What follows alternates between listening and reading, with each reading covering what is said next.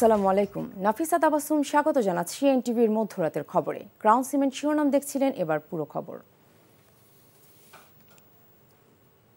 ইসরায়েলের সাথে সব ধরনের সম্পর্ক ছিন্ন করতে মুসলিম বিশ্বের প্রতি আহ্বানের পাশাপাশি ফিলিস্তিনি জনগণের পাশে থাকার প্রতিশ্রুতিতে শেষ হল মার্চ ফর গাজা কর্মসূচি। শনিবার রাজধানী ঢাকার সোহরাওয়ার্দী উদ্যানে লাখো মানুষের প্রতিবাদী সমাবেশ থেকে অবিলম্বে গাজা ও রাফায় ইসরায়েলি গণহত্যা বন্ধ, ইসরায়েলের বিচার সহ 5 দফা দাবি জানানো হয়। ইসলামী ব্যক্তিত্ব, বিভিন্ন রাজনৈতিক দলের নেতৃবৃন্দ সহ নানা শ্রেণী পেশার মানুষ অংশ নেন এই কর্মসূচিতে। জামাল হোসেনের ক্যামেরার রিপোর্ট জানাচ্ছেন মুকসিমুল হাসান।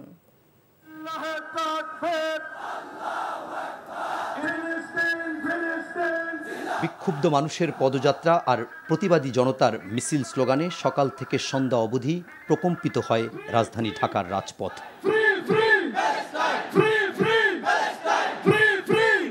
বিভিন্ন শ্রেণী পেশার সব বয়সী মানুষের ঢল নামে ঐতিহাসিক সোহরাওয়ার্দী উদ্যানে। লাখ লাখ মানুষের উপস্থিতিতে সমাবেশস্থল সহ আশপাশের এলাকা পরিণত হয় একখণ্ড ফিলিস্তিনে।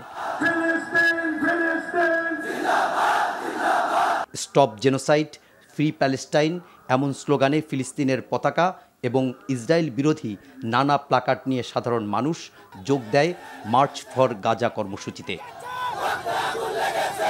মূল মঞ্চে যখন ঘোষণাপত্র পাঠ চলছে, সোহরাওয়ার্দী উদ্যান ততক্ষণে জনসমুদ্র। অবিলম্বে গাজা এবং রাফায় ইসরায়েলি গণহত্যা বন্ধ সহ 5 দফা দাবি জানানো হয় ঘোষণাপত্রে। যুদ্ধবিরতি নয়, গণহত্যা বন্ধ কার্যকর ও সম্মিলিত পদক্ষেপ গ্রহণ করতে হবে। পূর্ব জেরুজালেমকে ফিলিস্তিন রাষ্ট্রের রাজধানী হিসেবে আন্তর্জাতিকভাবে স্বীকৃতি দিতে হবে। ফিলিস্তিনিদের আত্মনিয়ন্ত্রণ, নিরাপত্তা এবং রাষ্ট্রীয় সার্বভৌমত্ব প্রতিষ্ঠার পথ উন্মুক্ত করতে হবে। আমরা মুসলিম বিশ্বের সরকার ও ওআইসির মতো মুসলিম উম্মার প্রতি আহ্বান জানাই, ইসরায়েলের সাথে অর্থনৈতিক, সামরিক ও কূটনৈতিক সকল সম্পর্ক অবিলম্বে ছিন্ন করতে হবে। জাতীয় মসজিদ বাইতুল মোকাররমের খতিবের সভাপতিত্বে প্যালেস্টাইন সলিডারিটি মুভমেন্ট বাংলাদেশের আয়োজনে এই প্রতিবাদ কর্মসূচিতে অংশ নেন বিভিন্ন রাজনৈতিক দলের নেতারা। সমাবেশ থেকে ফিলিস্তিনি দখলদার ইসরায়েলি বাহিনীর নারকীয় বর্বরতা বন্ধের দাবি জানান ইসলামিক চিন্তাবিদরা। ফিলিস্তিন, ফিলিস্তিন, আল কুদুস, আল কুদুস, জাতিসংঘ জবাব চায়। ইসরায়েলি আগ্রাসনের বিরুদ্ধে যখন বিশ্বজুড়ে নিন্দা এবং প্রতিবাদে ফুঁসছে মানুষ, তখন ব্যতিক্রম ধর্মী এই গণজামায়াত থেকে ইসরায়েলকে বয়কট এবং ফিলিস্তিনি নিরীহ মানুষের পাশে দাঁড়ানোর আহ্বান জানানো হয়। ভৌগোলিকভাবে আমরা ফিলিস্তিন থেকে অনেক দূরে হতে পারি, কিন্তু আজকের এই জনসমুদ্র প্রমাণ করে আমাদের এক একজনের হৃদয়ে, বুকের ভেতরে বাস করে এক একটা ফিলিস্তিন। আমাদের হৃদয়ে বাস করছে এক একটা গাজা, আমাদের হৃদয়ে বাস করে এক একটা আল কুদস। চিৎকার করে বলুন ঠিক কিনা? আমাদের মধ্যে বিভিন্ন বিষয়ে চিন্তাগত মতপার্থক্য, ভিন্নতা থাকতে পারে, কিন্তু মাজলুম ফিলিস্তিনিদের স্বাধীনতা, তাদের অধিকার, গাজার মানুষদের বিরুদ্ধে জুলুম বন্ধের দাবিতে আমরা প্রত্যেকটা বাংলাদেশের মানুষ, ধর্ম, বর্ণ নির্বিশেষে আমরা প্রত্যেকে তাদের সাথে সংহতি প্রকাশ করছি। রাজনৈতিক ভেদাভেদ ভুলে নানা মত পথের মানুষের এই ঢল যেন ক্ষোভের অনল। ফিলিস্তিনে অসহায় নিরীহ মুসলমানদের উপর নৃশংসতার প্রতিবাদে সোচ্চার এই জনতার দাবি, এখনই বন্ধ হোক গাজায় গণহত্যা, বিশ্ব মোড়লদের বিবেক জাগ্রত হোক, বিশ্বজুড়ে ফিরুক শান্তি। মুকসিমুল হাসান, এনটিভি নিউজ, সোহরাওয়ার্দী উদ্যান, ঢাকা। রাজধানীর সোহরাওয়ার্দী উদ্যান থেকে ফিলিস্তিনে গণহত্যা বন্ধের দাবি জানিয়েছে লাখো জনতা। দেশের বরেণ্য রাজনীতিবিদ, ইসলামী চিন্তাবিদ শুধু নন, এই নির্মমতা বন্ধে দেশের বিভিন্ন প্রান্ত থেকে সাধারণ মানুষও যোগ দেন ফিলিস্তিনের প্রতি সংহতি ও ভালোবাসা জানাতে। এ সময় স্লোগানে স্লোগানে মুখর হয়ে ওঠে সোহরাওয়ার্দী উদ্যান সহ আশপাশের এলাকা। নিয়ামুল আজিজ সাদিকের রিপোর্ট।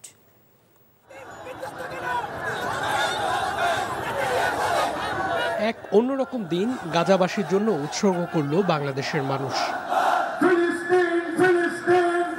প্রচণ্ড রোদের মধ্যেও সকাল থেকেই লোকে লোকারণ্য সোহরাওয়ার্দী ময়দান। লাল সবুজের বাংলাদেশে রক্তাক্ত ফিলিস্তিনের প্রতিচ্ছবি নিয়ে ঢাকায় লাখো জনতা। 60,000-এর বেশি নিরীহ ফিলিস্তিনি হত্যার পরে অন্তত এবার যেন ব্যবস্থা নেওয়া হয় এমন দাবি ছিল অনেকের।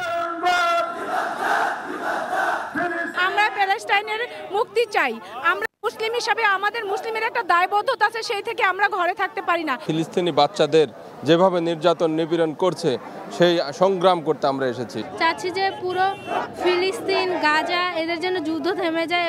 আমাদের আজকে এখান থেকে একটাই দাবি এবং একটাই চাওয়া, সারা বিশ্বের মুসলমান যেন এক হয়ে আমরা ইসরায়েলের বিরুদ্ধে লড়াই করতে পারি। প্রদর্শিত হয় ফিলিস্তিনের সবচেয়ে বড় পতাকা, সেই সাথে ছোট পতাকাগুলো উড়িয়ে ফিলিস্তিনের প্রতি নিজেদের ভালোবাসা জানালো লক্ষ মানুষ। মুসলিম ফিলিস্তিনের পাশে বাংলাদেশ আগেও ছিল, এখনো আছে, ভবিষ্যতে থাকবে। এই বাংলাদেশ থেকে হয়তো সেই যুদ্ধে আমরা অংশগ্রহণ করতে পারবো না, এই জন্য আজকে আমরা সারা বাংলাদেশে এই মার্চ ফর গাজার উদ্দেশ্যে সবাই অন্তত তাদের জন্য ব্যতীত হব। স্বাধীন রাষ্ট্র মুসলমানদের সেটা আবার ফিলিস্তিনিদের কাছে ফিরিয়ে দেওয়া হোক। আমরা ফিলিস্তিনের পক্ষ থেকে ইসরায়েলের বিরুদ্ধে জিহাদ করার জন্য এখানে এসেছি। দল আর মতের পার্থক্যের দেয়াল ভেঙে মানুষের এই গণজমায়েত বিশ্ববাসীকে জানালো ফিলিস্তিন একা নয়, আরব রাষ্ট্র আর বিশ্ব নেতৃত্বকে এখনই পদক্ষেপ নেয়ার দাবি ছিল তাদের। Niamul Aziz Sadek, NTV news, Dhaka. March for Gaza কর্মসূচি ঘিরে রাজধানী ঢাকার প্রধান সড়কগুলো যেন জনস্রোতে পরিণত হয়। মানুষের ঢল এমন পর্যায়ে পৌঁছে যে যানবাহন ছাড়াই পায়ে হেঁটেই দূর দূরান্ত থেকেই লোকজন সমাবেশস্থল সোহরাওয়ার্দী উদ্যানে জড়ো হন। অনেকে উদ্যান পর্যন্ত পৌঁছতে না পেরে আশপাশের সড়কে অবস্থান নিয়েই গাজার পক্ষে সংহতি জানান। রিপোর্টে আরও জানাচ্ছেন হাসান জাবেদ।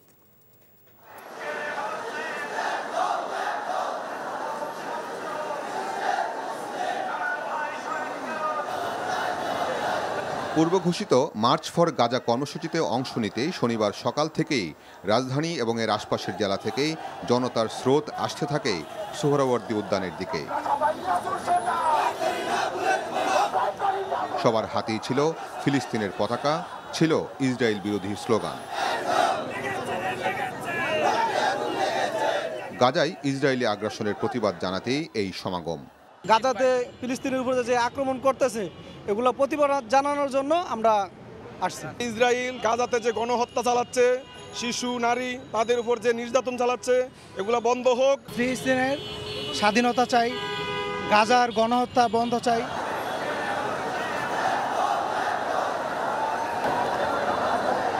লাখ লাখ মানুষের ঢল জনসমুদ্রে রূপ নেয় রাজধানীর প্রধান সড়কগুলোতে। বিভিন্ন বয়সী মানুষ পায়ে হেঁটেই ছুটেছেন তাদের প্রতিবাদ জানাতেই। তুরস্ক, মিশর, বড় বড় মুসলিম রাষ্ট্রগুলো আজকে এই ফিলিস্তিনের বর্বরতা দেখে চুপ করে আছে, তারা কিচ্ছু বলে না। মানুষকে এভাবে মেরে ফেলা, এটা আইএমএ জাহিলিয়াতের জাহিলি যুগের বর্বরতাকেও হার মানিয়েছে।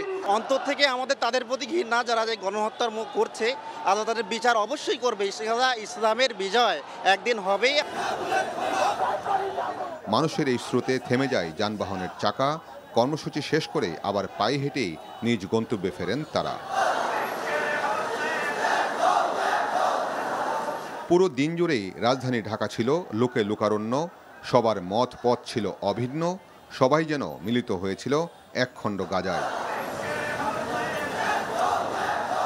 Hasan Jabed, NTV news, Dhaka. আগামী ডিসেম্বর থেকে জুন মাসের মধ্যে জাতীয় নির্বাচনের লক্ষ্য নিয়ে সংস্কার কার্যক্রম দ্রুত এগিয়ে নেওয়ার তাগিদ দিয়েছেন প্রধান উপদেষ্টা এবং জাতীয় ঐকমত্য কমিশনের চেয়ারম্যান প্রফেসর মোহাম্মদ ইউনূস। শনিবার বিকেলে প্রধান উপদেষ্টার সরকারি বাসভবন যমুনায় ঐকমত্য কমিশনের 2 সদস্যের সাথে এক বৈঠকে তিনি এই তাগিদ দেন। এতে অংশ নেন জাতীয় ঐকমত্য কমিশনের সহসভাপতি প্রফেসর আলী রিয়াজ এবং সদস্য ডক্টর বদিউল আলম মজুমদার। প্রধান উপদেষ্টার বিশেষ সহকারী মনির হায়দার এ সময় উপস্থিত ছিলেন।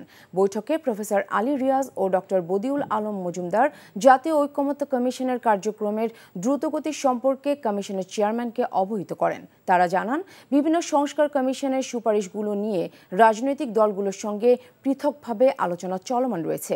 ইতিমধ্যে 8টি দলের সঙ্গে আলোচনা শেষ হয়েছে। আগামী বৃহস্পতিবার বিএনপির সাথে আলোচনা হবে বলে জানান তারা। অন্তর্বর্তীকালীন সরকারের মেয়াদ শেষ হওয়ার আগেই ঢাকার বাইরে বিচারক সংকট নিরসন করা হবে বলে জানিয়েছেন আইন উপদেষ্টা অধ্যাপক ডক্টর আসিফ নজরুল। শনিবার দুপুরে বান্দরবান সদরের হাফেজখোনা এলাকায় জজকোর্ট ভবন নির্মাণের সম্ভাব্য স্থান পরিদর্শনকালে তিনি একথা বলেন। পরে উপদেষ্টা বান্দরবানে জেলা ও দায়রা জজ আদালত এবং আদালত সম্প্রসারণের প্রস্তাবিত জমি পরিদর্শন করেন। এ সময় তার সাথে ছিলেন আইন ও বিচার বিভাগের উপসচিব মোহাম্মদ মেহেদী হাসান, বান্দরবান জেলা ও দায়রা জজ জমিউল হায়দার, নারী ও শিশু ট্রাইব্যুনালের বিচারক জেলা ও দায়রা জজ জিয়াবুন নাহার।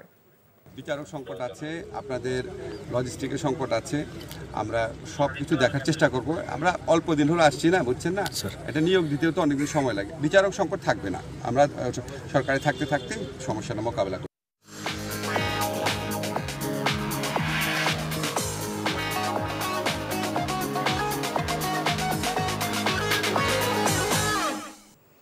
এবার মার্কেন্টাইল ব্যাংক অর্থনীতির খবর। যুক্তরাষ্ট্রের শুল্ক যুদ্ধ রাজনৈতিকভাবে মোকাবেলা করার আহ্বান জানিয়েছেন দেশের ব্যবসায়ীরা।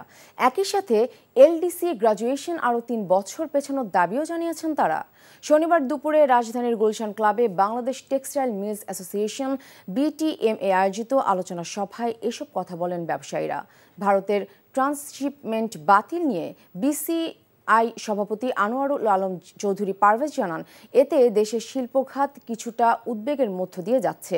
আর 2026 সালের পর এলডিসি গ্রাজুয়েশনও দেশের শিল্পখাতের জন্য বড় শঙ্কার কারণ হয়ে দাঁড়াবে উল্লেখ করে প্লাস্টিক ব্যবসায়ীদের সংগঠন BPGME এর সভাপতি শামীম আহমেদ বলেন, এলডিসি গ্রাজুয়েশন আরও 3 বছর পেছানো হোক। আমরা এই দুর্যোগটাকে কাজে লাগাতে পারি আমাদের সক্ষমতা বৃদ্ধির জন্য।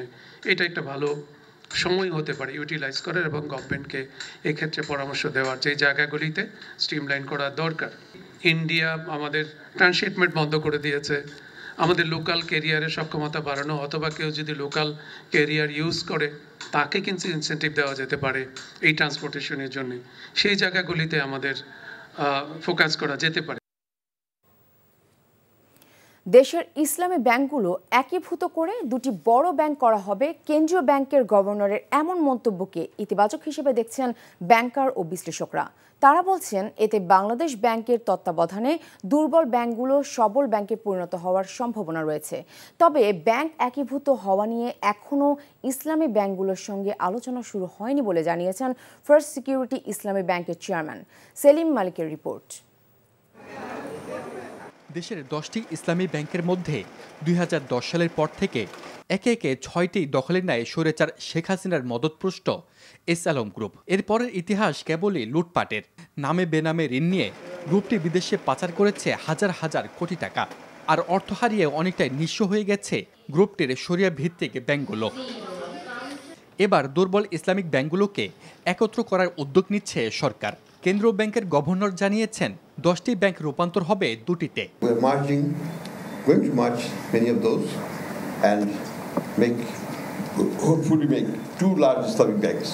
এ নিয়ে কি ভাবছেন শরিয়া ভিত্তিক ফার্স্ট সিকিউরিটি ইসলামী ব্যাংকের চেয়ারম্যান? যদি তারা এই ব্যাংকগুলোকে একসাথে নিয়ে যদি সব ধরনের আপনাকে সহায়তা দিয়ে যদি ব্যাংকগুলোকে দাঁড় করায়, তাহলে তো আমাদের গ্রাহকদের খুশি হওয়া উচিত। জাতি হিসেবে আমাদেরও খুশি, না খুশ হওয়ার কিছু নাই। এবং জনগণের যে ডিপোজিটরদের যে শঙ্কার জায়গা, যেটা তাদের ডিপোজিট থাকবে কিনা, এখানে তাদেরকে আশ্বস্ত করা হচ্ছে। বিশ্লেষকরা বলছেন, এটি ব্যাংক খাতের জন্য ইতিবাচক বার্তা। এতই দুর্বল, অসুস্থ যে এগুলোকে বিভিন্ন রকম পদ্ধতিতে চেষ্টা করেও কিন্তু এগুলোকে সুস্থ করা যাচ্ছে না। তাদেরকে বারবার প্রণোদনার টাকা দিয়ে কোনো রকমে লাইফ সাপোর্টে রেখে বাঁচানো হচ্ছে। যেহেতু সরকার মনে করে যে কোনো ব্যাংকই তারা সিক হয়ে বন্ধ হয়ে যেতে দেবে না, এটাকে ইতিবাচক হিসাবে আমি দেখছি। তবে টেকসই ব্যাংক খাত গড়ে তুলতে দোষীদের দৃষ্টান্তমূলক শাস্তির পাশাপাশি এই খাতকে রাজনৈতিক হস্তক্ষেপ মুক্ত রাখতে হবে। বড় বড় যে সমস্ত স্ক্যাম, সেগুলো ঘটতে দেওয়া যাবে না এবং সেটার জন্য যথাযথভাবে যেমন কঠোর মনিটরিং থাকতে হবে এবং সেক্ষেত্রে কোনো ধরনের দুর্নীতির আভাস থাকলে তাহলে সেক্ষেত্রে উপযুক্ত তাৎক্ষণিক ব্যবস্থা নিতে হবে। ব্যাংকগুলোকে রাজনৈতিক প্রভাবমুক্ত করতে হবে, যে কোনোভাবেই যেন রাজনৈতিক বিবেচনায় ঋণ দেওয়া না হয়। পাশাপাশি একটি স্বাধীন ব্যাংকিং কমিশন গঠনের পরামর্শ অর্থনীতিবিদদের। বাংলাদেশ ব্যাংকের সঙ্গে একটা ব্যালেন্স দরকার অন্য কোনো প্রতিষ্ঠানে, সেটা হতে পারে একটা শক্তিশালী ব্যাংকিং কমিশন। সেলিম মালিক, NTV নিউজ, ঢাকা। বেসরকারি টিভি চ্যানেল আর টিভির চেয়ারম্যান মোর্শেদ আলমকে রিমান্ডে নিয়ে তার অবৈধ সম্পদ অর্জনের হিসাব নেওয়ার দাবি জানিয়েছেন বিএনপি চেয়ারপারসন উপদেষ্টা জয়নুল আবেদিন ফারুক। শনিবার জাতীয় প্রেস ক্লাবের সামনে সেনবাগ জাতীয়তাবাদী ফোরামের অবস্থান কর্মসূচিতে তিনি একথা বলেন। এ সময় তিনি সময় ক্ষেপণ না করে ন্যূনতম সংস্কার করে দ্রুত নির্বাচন দিতে অন্তর্বর্তী সরকারের প্রতি আহ্বান জানান। জয়নুল আবেদিন অভিযোগ করেন, একদল মানুষ সংস্কারের নামে নির্বাচন নিয়ে টালবাহানা করছে। তিনি দ্রুত এমন নির্বাচন আয়োজনের দাবি জানিয়েছেন যেখান থেকে আর কোনো স্বৈরাচারী তৈরি হবে না। ফ্যাসিস্ট সরকারের গ্রেফতারকৃত নেতাদের জেলখানায় অবৈধ সুযোগ সুবিধা দেওয়া হচ্ছে বলেও অভিযোগ করেন তিনি। নদীতে ফুল ভাসানোর মধ্য দিয়ে পার্বত্য ৩ দিন ব্যাপী ক্ষুদ্র নৃগোষ্ঠীর সবচেয়ে বড় সামাজিক অনুষ্ঠান বৈশাখীর মূল আনুষ্ঠানিকতা শুরু হয়েছে। পাহাড়ে বিভিন্ন সম্প্রদায়ের বর্ষবরণের প্রধান সামাজিক উৎসবকে বলা হয় বৈশাখী। ত্রিপুরাদের বৈশুক, মারমাদের সাংরাই, চাকমাদের বিজু, তঞ্চঙ্গাদের বিশু নামের অধ্যাক্ষর নিয়ে উৎসবটিকে সংক্ষেপে বৈশাখী বলা হয়। ওয়ালিউল্লাহ অলির ডেস্ক রিপোর্ট। পূব আকাশে সূর্যোদয়ের মধ্য দিয়ে রাঙামাটির কেরানি পাহাড় এলাকায় কাপ্তাই হ্রদের তীরে হাজির হয়েছেন শত শত তরুণ তরুণী। গঙ্গা মায়ের উদ্দেশ্যে ফুল উৎসর্গ করে কলা পাতায় করে সেই ফুল পানিতে ভাসিয়ে দিচ্ছেন তারা। শুধু কেরানি পাহাড় নয়, জেলার বিভিন্ন স্থানে ফুল ভাসিয়ে দিনটি শুরু করেছেন তারা। পানিতে ফুল ভাসিয়ে পরিবার, দেশ ও সমগ্র জীবের মুক্তির জন্য গঙ্গা দেবীর নিকট প্রার্থনা করা হয়। পুরনো বছরের দুঃখ বেদনায় যেন ভাসিয়ে দিয়ে নতুন দিনের সম্ভাবনার আলো জ্বালান পাহাড়ের বাসিন্দারা। গঙ্গা মাকে ফুল দিলাম, ফুল দিয়ে নতুন বছরকে বরণ করলাম, পুরনো বছরকে বিদায় দিয়ে নতুন বছরকে বরণ করি। আমরা এইভাবে, এটা আমাদের সংস্কৃতি। আমরা আগামী দিনে এই এলাকায় মানুষের মধ্যে যে সম্প্রীতি সৌহার্দ্যের যে অতীত ইতিহাস রয়েছে সেটাকে আমরা আরো সুদৃঢ় করব। বিশ্ববাসীর সুখ, শান্তি ও মঙ্গল কামনায় বান্দরবানের বালাঘাটা পুরনো নদীঘাট এলাকায় সাঙ্গু নদীর পানিতে ফুল উৎসর্গ করেন চাকমা ও তঞ্চঙ্গা সম্প্রদায়। চাকমাদের বিজু ও তঞ্চঙ্গাদের বৈশু উৎসবে অংশ নেয় চাকমা তঞ্চঙ্গা তরুণ তরুণী, শিশু কিশোর ও বিভিন্ন বয়সের নারী পুরুষ। বছরের যত দুঃখ কষ্ট সবগুলো যেন মুছে যায়, তো সে উদ্দেশ্যে আর বাড়ি থেকে গিয়ে মোমবাতি দিয়ে মঙ্গলের জন্য শুভকামনা করি। এদিকে চেঙ্গি নদীতে ফুল ভাসানোর মধ্য দিয়ে খাগড়াছড়িতে বর্ষবরণ উৎসব বৈশাখীর মূল আনুষ্ঠানিকতা শুরু হয়েছে। নদীর দুই পাড়ে মোমবাতি জ্বালিয়ে কলা পাতায় ফুল নিবেদন করে গঙ্গা দেবীর উদ্দেশ্যে প্রার্থনা করা হয়। নদীতে ফুল ভাসিয়ে বিদায় বছরের দুঃখ কষ্ট গ্লানিকে বিদায় জানিয়ে নতুন বছরের জন্য শুভকামনা করা হয়। ওয়ালিউল্লাহ অলি, এনটিভি নিউজ ডেস্ক। 3 দিনের সফরে শনিবার বগুড়া গেছেন ঢাকায় নিযুক্ত ইরানের রাষ্ট্রদূত মনসুর চাভুশি। জেলার বিভিন্ন প্রতিষ্ঠান, প্রকল্প এবং ঐতিহাসিক স্থানগুলো পরিদর্শন করবেন তিনি। এর আগে সেখানকার ডায়াবেটিক হাসপাতাল পরিদর্শন করেন। এ সময় রাষ্ট্রদূত বলেন, এখানে সম্ভাবনাময় অনেক কিছু আছে যা অতীতের চেয়ে বাংলাদেশ এবং ইরানের সম্পর্ক আরও দৃঢ় করবে। সোমবার পহেলা বৈশাখের বিভিন্ন প্রোগ্রামে অংশ নেবেন তিনি।